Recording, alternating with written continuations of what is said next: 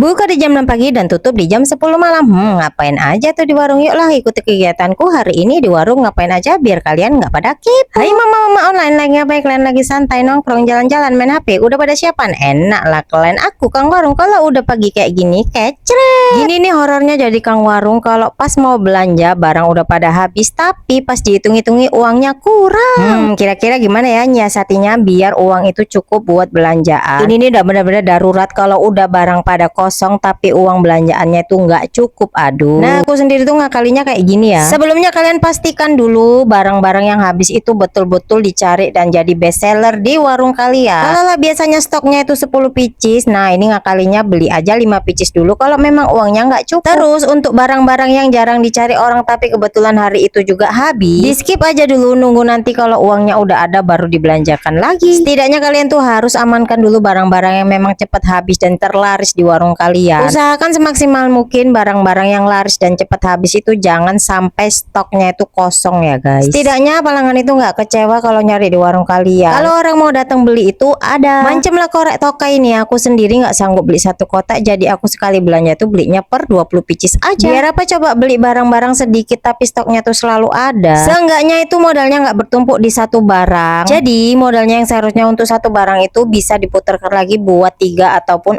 4 macam barang yang lainnya. Apalagi buat kita-kita yang warungnya masih sederhana butuh banyak modal. Pengen tuh warungnya kelihatan isinya tuh banyak dan ramai. Walaupun satu produk tuh cuman bisa stok 3 ataupun 4 ataupun 5, jadilah yang penting stoknya itu nggak kosong aja. Nah gitu caraku ya buat ngakalinya biar barang tetap ready stock, warung kelihatan rame dan modal juga tetap aman. Tiap harinya kalian juga wajib sisihkan sedikit demi sedikit pendapatan kalian dari hasil jualan. Biar apa coba? Nah kalau misalnya kita tuh baru buka warung, isi warungnya tuh belum beraneka ragam dan belum banyak macamnya. Pas nanti ada yang beli nanyai barang yang dia mau beli rupanya nggak ada kalian stokkan di warung kalian. Uang yang kalian sisihkan sedikit demi sedikit per harinya itu bisa kalian putarkan jadi modal lagi untuk barang yang udah direkomendasikan sama pembeli kalian. Apalagi ada yang tanya itu 2-3 orang bahkan lebih nanyakan produk yang sama di warung kalian tapi kalian belum ada ready kan. Berarti itu wajib dan kudu kalian stok di warung kalian nanti kalau belanja lagi. Karena di setiap tempat itu barang-barang yang cepat laris itu beda-beda ya. Sebenarnya modal jualan itu nggak perlu besar, yang penting kalian mau mulai aja dulu, pasti pelan-pelan bisa buka warung sendiri kayak aku. Mulai dari mana sih awal jualan dulu? Barang apa aja sih yang harus ada di warung kita? Berapa sih modal jualan dulu? Aku kepengen jualan tapi malu. Aku dulu mulai jualan juga nggak punya warung kayak gini. Awal mulai jualan juga hanya di dalam rumah. Modal awal jualan juga aku nggak banyak, cuman 2 juta, itu pun hasil nyisikan sedikit demi sedikit gaji aku dari kerja pabrik. Barang yang pertama aku jual itu cuman beras, gula dan juga minyak. Mengingat itu menjadi kebutuhan pokok buat kita-kita ini. Loh, tapi katanya kerja pabrik, jadi jualannya kayak mana? Awal mulai jualan juga aku ngalamin yang namanya malu-malu buat nawari barang-barang yang aku jual. Jadi tuh awal mulai jualan aku tawar-tawari dulu sama teman-teman akrab aku yang ada di pabrik. Aku kenalilah produk-produk yang aku jual macam beras, gula dan juga minyak. Karena kebetulan pabrik itu gajiannya setengah bulan sekali ataupun per 2 minggu. Jadi aku tawar-tawari dulu beras, gula dan juga minyak jualanku itu buat mereka pakai dulu atau buat mereka ambil dulu, nanti bayarnya pas tanggal gajian baru setor. Ya hitung-hitung buat penarik pelanggan biar mau beli barang yang aku jual. Sekali, 2 kali, 3 kali sama sekali nggak ada yang mau beli produk yang aku jual. Minggu berikutnya ada aja yang pesen, mulai dari kawan terdekat, 1 orang, 2 orang, dan akhirnya banyak tuh yang jadi pelanggan setiaku. Karena dirasa-rasa aku tengok-tengok,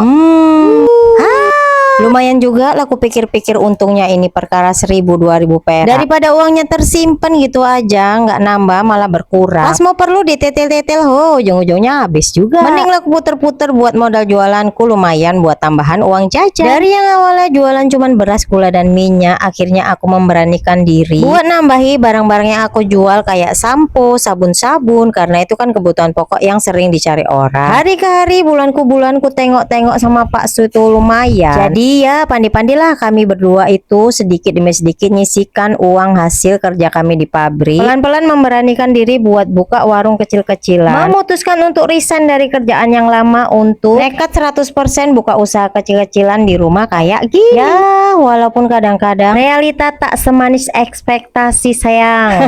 Alhamdulillah masih bisa bertahan dan masih tetap bisa waras. Oke lah, itulah ceritaku kilas balik dulu kayak mana mau mulai buka jualan ataupun warung usaha kecil-kecilan kayak gini. Semoga bisa sedikit banyak menginspirasi buat kalian yang mau mulai. Sampai jumpa di next video. Bye bye guys. Kecre.